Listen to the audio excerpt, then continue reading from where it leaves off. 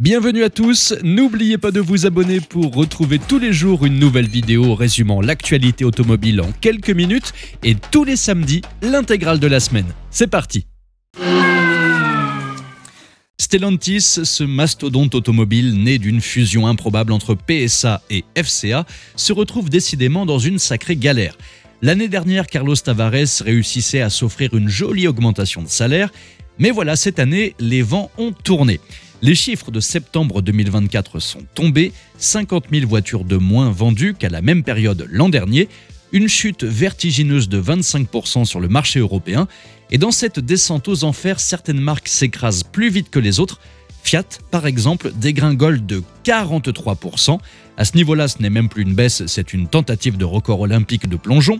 Citroën n'est pas loin derrière avec moins 41%, tandis qu'Opel semble faire la course avec un frigo sur le dos, chutant de 24%. Et ce n'est pas tout, chez Mercedes, l'ambiance est aussi à la fête du désastre. Le bénéfice net a fondu de 53,8%, en partie à cause des ventes de leurs modèles de luxe, les plus rentables, qui ont plongé de 12%. Harald Wilhelm, le directeur financier, a déclaré que les résultats ne sont pas à la hauteur de nos ambitions dans un environnement difficile et d'une concurrence féroce, en particulier en Chine. Bref, pour Stellantis et Mercedes, il semble que l'année 2024 ait pris la forme d'un rond-point sans sortie. Il ne reste plus qu'à espérer que le GPS du capitalisme les guide rapidement vers une sortie de crise. Parlons maintenant du malus écologique. Figurez-vous qu'en 2025, le gouvernement français avait prévu d'atteindre de nouveaux sommets de ponction, 70 000 € de malus maximal pour toute voiture émettant 194 grammes par kilomètre de CO2 ou plus. Et ne parlons même pas du malus au poids qui s'ajoute comme la cerise sur un gâteau de mauvaises nouvelles. Le malus 2025 aurait commencé dès 113 grammes de CO2 par kilomètre au lieu des 118 actuels, touchant ainsi tout ce qui roule encore à l'essence, y compris les petites citadines à peine plus puissantes qu'une tondeuse à gazon. Autant dire que même la voiture de mamie Jacqueline, qui ne dépasse pas les 80 km/h avec le vent dans le dos, aurait été dans le viseur. Mais revirement de situation, la hausse du malus pour 2025 a été balayée par les députés. Merci à l'alliance improbable des socialistes, des communistes, des républicains, des partisans de Ciotti et du Rassemblement national, 128 voix contre 90. Le malus n'augmentera donc pas en 2025. Maintenant, bien sûr, le gouvernement se retrouve avec un autre petit problème. Le malus, c'était aussi ce qui finançait le bonus écologique. Sans cette manne, il va falloir revoir les comptes. Pour 2025, le bonus devait déjà être réduit à 3 000 € au lieu des 4 000 actuels. Peut-être même que d'autres subventions comme la prime à la conversion passeront à la trappe. Finalement, le seul bonus qu'il restera, ce sera le décolleté de la concessionnaire quand elle vous annoncera le prix. Enfin, terminons par un quadricycle lourd un peu particulier, celui de Softcar, un constructeur suisse prêt à secouer le marché. Alors que les voitures sans permis se traînent péniblement sur la route, les microcars L7E peuvent, elles, filer jusqu'à 90 km/h. Le problème, c'est que jusqu'à présent, ces véhicules avaient une fâcheuse tendance à ne proposer que 2 places. Et c'est là que Softcar arrive avec son modèle révolutionnaire, une microcar L7E avec 4 places. Le moteur électrique délivre une puissance de 30 kW, soit un peu plus que le sèche-cheveux de votre coiffeur. Sa consommation est estimée à 8 kWh au 100. Avec une batterie de 15 kWh, l'autonomie atteint 200 km. Et pour ceux qui aiment voir plus grand, un prolongateur d'autonomie permettrait d'aller jusqu'à 400 km. Elle pèse 640 kg, mais le problème c'est le prix, 23 000 €. Qui va bien pouvoir acheter cette chose qui semble avoir été dessinée par un ingénieur en suppositoire? Pour le même prix, vous pouvez vous offrir un studio en province ou un moteur Ferrari dans une Maserati Quattroporte de 2006, toute option. Alors oui, pour la Maserati, il faut le permis. Et si vous ne l'avez pas, eh bien, vous savez ce qu'il vous reste à faire. Chez Volkswagen en ce moment, ça secoue comme une voiture avec des roues carrées. Oliver Blume, le patron du groupe, avait déjà lâché une petite bombe il y a un mois avec la fermeture possible de 2 usines. Mais la situation vient de devenir encore plus dramatique. Daniela Cavallo, la présidente du comité d'entreprise, a informé les salariés de Wolfsburg ce lundi 28 octobre que ce serait finalement 3 usines au moins qui pourraient fermer et toutes les autres pourraient subir un régime de réduction. Et ce n'est pas tout, pour économiser 4 milliards d'euros, le groupe prévoit de réduire les salaires de 10% et de les geler pour 2025 à 2026. Mais le vrai choc, c'est que Volkswagen, d'après les médias allemands, pourrait devoir licencier 20 000 personnes, car les départs volontaires ne suffiront pas. C'est la première fois en 87 ans que Volkswagen envisage de fermer des sites de production, sachant que le groupe est le premier employeur d'Allemagne. C'est un vrai choc. Le problème vient notamment de la Chine. Là-bas, les clients préfèrent les modèles locaux, laissant nos chères marques germaniques sur le carreau, que ce soit Volkswagen, Audi ou Porsche. Le dialogue social va s'engager, mais si ces plans se concrétisent, il faudra s'attendre à des grèves massives. Entre Stellantis, Mercedes et le groupe Volkswagen, l'industrie automobile européenne est définitivement en grand danger. Restons dans le groupe Volkswagen qui malgré tout prépare quelques nouveautés. En 2025, Cupra va frapper fort avec une petite bombe sur roue. Juste sous la Cupra Born va débarquer la Raval, une citadine électrique sportive. Oui, je sais, ces deux mots vont autant ensemble qu'un Châteauneuf-du-Pape avec une pasta box. Bref, cette Raval partage sa base avec la future Volkswagen ID.2 et voudrait bien faire de l'ombre à l'Alpine A290. Des paparazzi ont mis la main sur la version de série de la Cupra Raval, mais attention, ne vous laissez pas berner par ces clichés. Sous ce blanc éclatant se cachent encore quelques astuces et fausses pistes.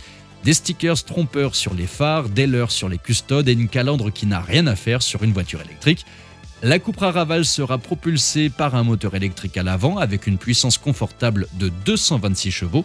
Pour comparaison, l'Alpine A290 s'offrira en version de 180 et 220 chevaux. Côté autonomie, la Raval promet 440 km, ce qui est tout à fait raisonnable pour une petite citadine du segment B. Avec un peu plus de 4 mètres de long, elle sortira tout droit de l'usine de Martorell en Espagne. Ce qui est surprenant, c'est qu'il y a quelques années, les Chinois tentaient de copier les productions européennes. Aujourd'hui, les vents ont tourné car elle pourrait porter un logo MG ou BYD que personne ne serait choqué.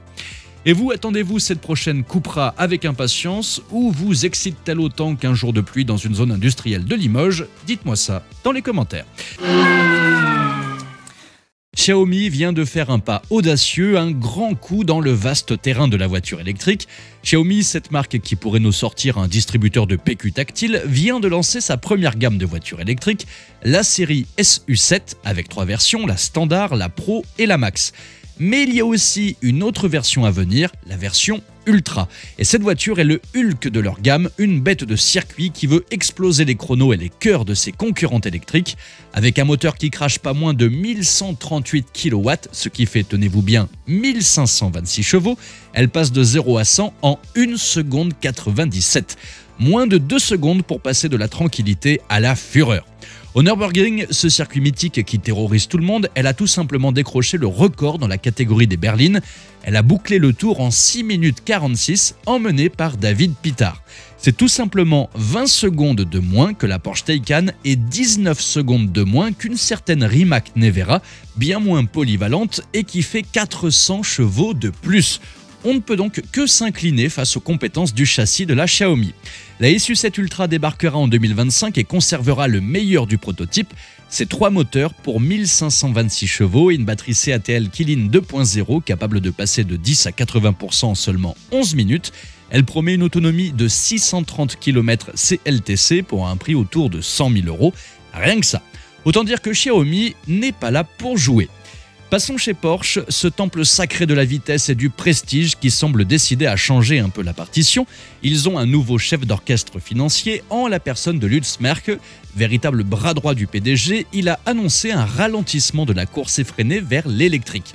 Après 2 ans de déclarations enflammées sur un avenir tout électrique, il semblerait que Porsche ait décidé de garder un pied bien planté dans le monde des moteurs thermiques.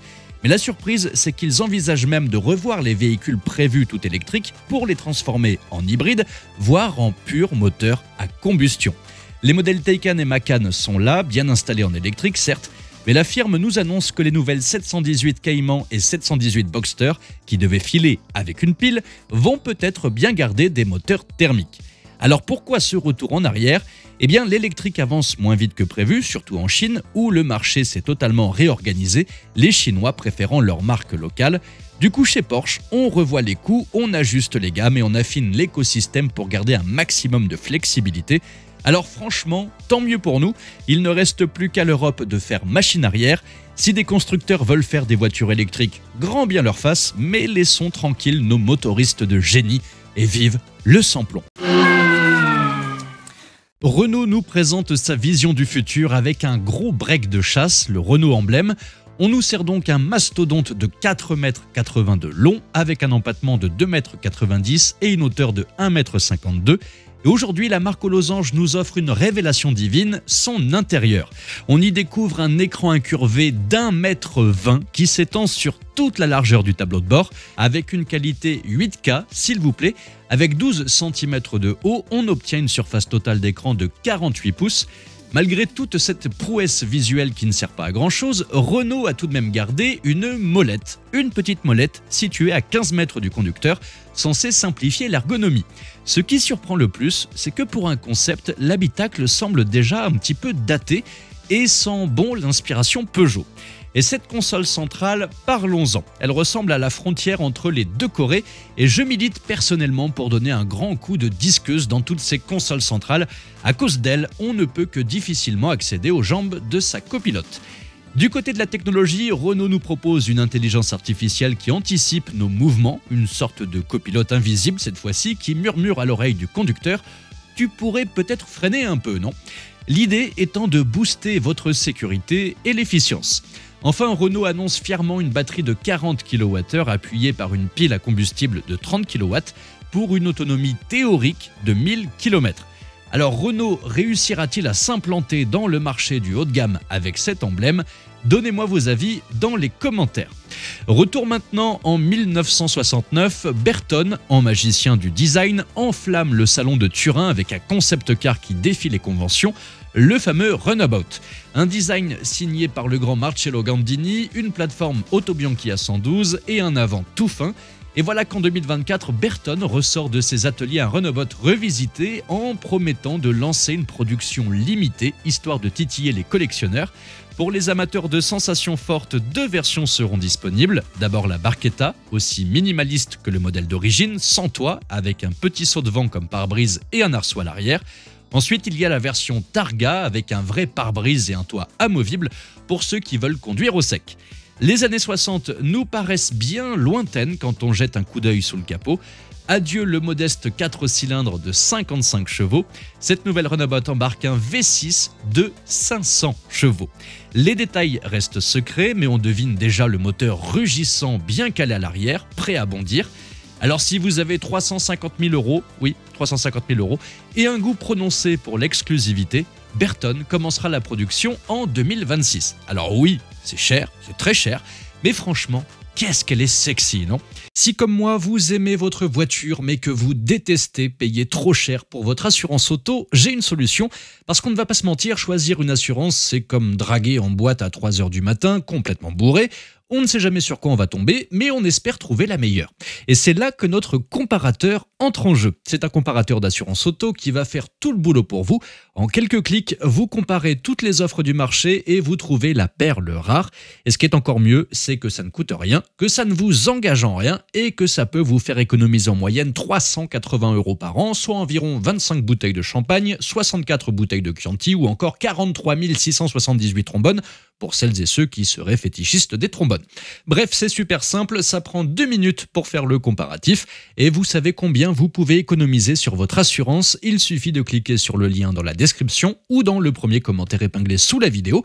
Et en plus, ça soutient la chaîne et après tout, c'est bien plus important que 43 678 trombones. Merci à tous d'avoir suivi cette nouvelle vidéo. N'hésitez pas à vous abonner, à activer la cloche des notifications pour être sûr de ne rien louper, liker, partager et vous pouvez également venir nous rejoindre sur notre compte TikTok. Ciao!